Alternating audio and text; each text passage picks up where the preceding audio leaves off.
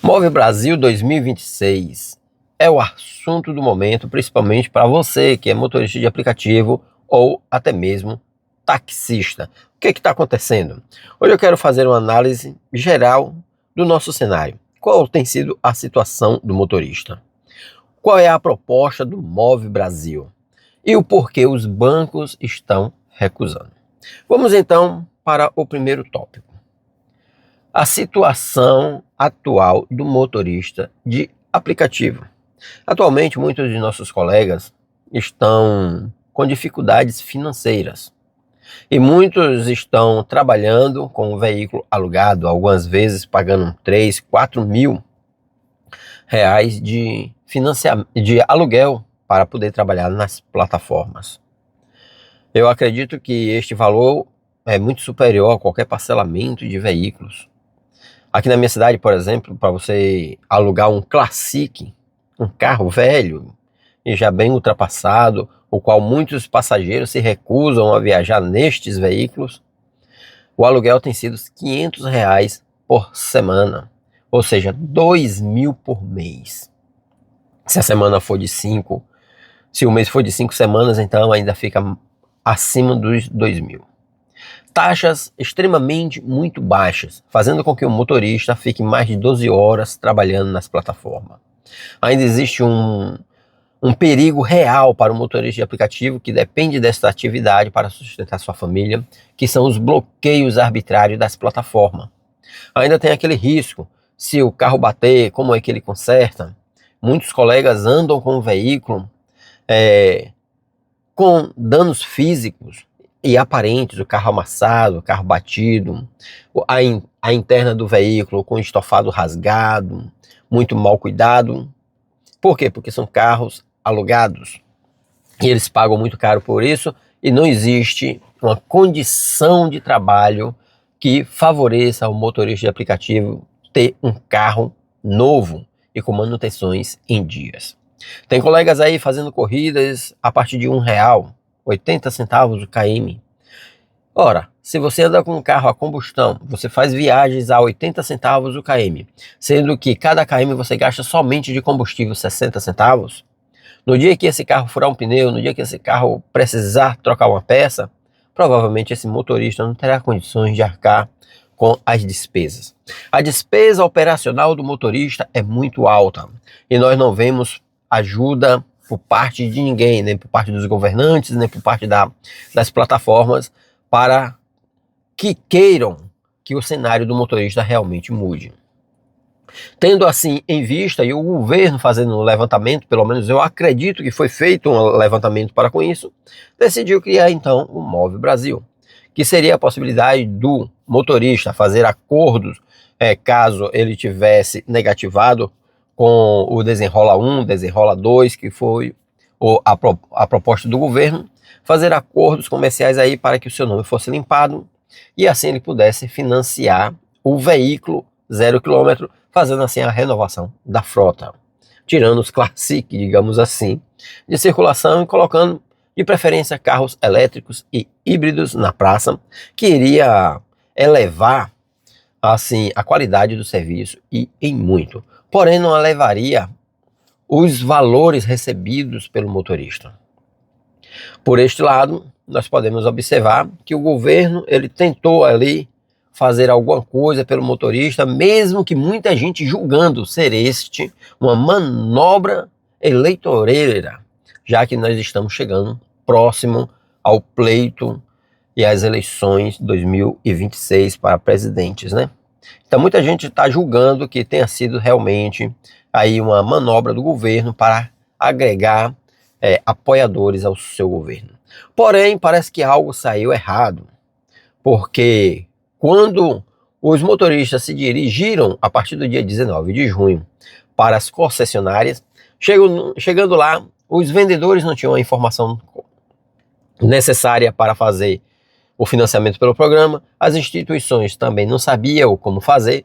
Me parece que não foi tido ali uma reunião, uma comunicação diretamente entre os órgãos governamentais, o BNDES, que daria então até 80% de garantia para os motoristas que fossem financiar os seus veículos, Ou seja, o BNDES entraria como fiador.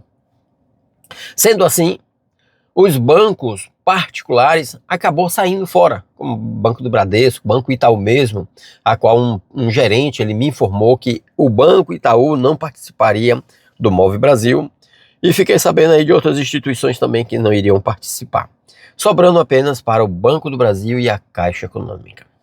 E muitos motoristas não conseguiram financiar, foram rejeitados. Por quê? Porque tinham um score baixo, tinham acabado de fazer negociações pelo Desenrola Brasil 1 e 2. Então não deu tempo dele ter um bom histórico financeiro.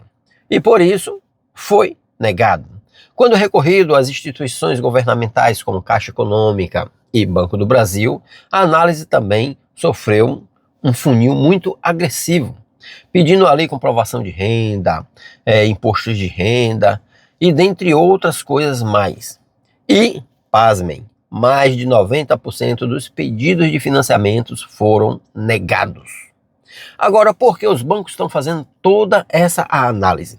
Já que o programa tem uma garantia, um viés ideológico vindo por parte do próprio governo. O governo está dizendo, se o motorista não pagar, eu arco com 80% aí da despesa. Ou seja, tudo indica era para ser facilitado, então, este financiamento, o que não está acontecendo. E eu acredito que os bancos têm as suas próprias formas de análise, mas eu acredito que uma das maiores análises para o banco liberar o financiamento para o motorista de aplicativo continua sendo o mesmo que anteriormente. Antes, fora do programa Move Brasil, qualquer instituição financeira, ele tende a rejeitar o financiamento para motoristas de aplicativo. E eu vou explicar para vocês quais são os riscos para estas financeiras. Primeiro, a instabilidade das plataformas. A plataforma não é um método de ganho seguro para o motorista, não traz uma segurança para este. Por quê? Por qualquer motivo. Um passageiro fez uma reclamação do veículo, um passageiro fez uma reclamação do motorista, o motorista simplesmente ele é bloqueado. O motorista não tem a opção de se defender antecipadamente. Muitas das vezes o motorista tem que recorrer a ações judiciais para que com 2 ou 3 meses possa reaver a sua conta de volta nas plataformas. Então tem esse risco de a qualquer momento o motorista ser banido e não ter mais como pagar as suas prestações. Um segundo motivo de análise ainda para o motorista de aplicativo. Se esse motorista se acidentar, se esse motorista tiver uma batida no seu veículo, você acha que será mais fácil o que para ele? Abandonar o veículo na oficina e tentar alugar um outro carro com o mesmo dinheiro da prestação em que ele paga o carro para poder trazer o alimento para a sua casa ou pagar essas prestações? Eu acredito que o segundo cenário é muito mais propício de acontecer. Porque se o motorista está na rua para trazer o sustento para a sua casa, para a sua família, e acontece um acidente, ele fica impossibilitado de trabalhar com aquele veículo, e ele não tem uma reserva de emergência, com certeza ele vai optar pela sustentabilidade da sua família, ao invés de estar pagando prestações. Então o banco também vai fazer esta análise, creio eu que sim. O terceiro, se esse motorista ficar doente e por algum motivo ele não conseguir trabalhar. Então todos são esses os cenários de incertezas em que o banco vai levar em consideração. Se na forma particular ele já faz essa análise, agora envolvendo o governo, eles vão fazer mais outra análise. Qual é a análise? A mudança de governo no futuro. Será se o novo governo vai realmente assumir esse compromisso que foi assumido no governo atual? E se esse projeto do governo for apenas um projeto eleitoreiro? Isso aqui eu estou fazendo apenas, pessoal, uma especulação. Possa ser que tenha sido fatores diferentes destes, mas eu acredito fortemente que esses podem ter sido os argumentos dos bancos para estarem negando. Porque, pelo que me parece, o funil, ou seja, os critérios de avaliação foram muito mais pesados do que os critérios de financiamento convencional. Inclusive, eu conheço colegas que financiaram o seu veículo achando que estava sendo financiando pelo Move Brasil, quando, na verdade, eles acabaram financiando o veículo por fora, parcelando aí por 60 vezes e pagando quase 2% ao mês e achando que estava dentro do plano Move Brasil. Pois bem, esta é minha análise. O perigo jurídico para os bancos, o problema defasado dos ganhos dos motoristas e a qualidade precária de trabalho dos mesmos tem feito os bancos particulares recuar. E até mesmo os bancos governamentais, como Caixa Econômica e Banco do Brasil, também têm usado critérios muito mais pesados do que o normal. Bom, esta tem sido minha avaliação. E você, o que acha a respeito desta avaliação? Qual o cenário, como você está vendo a respeito disto?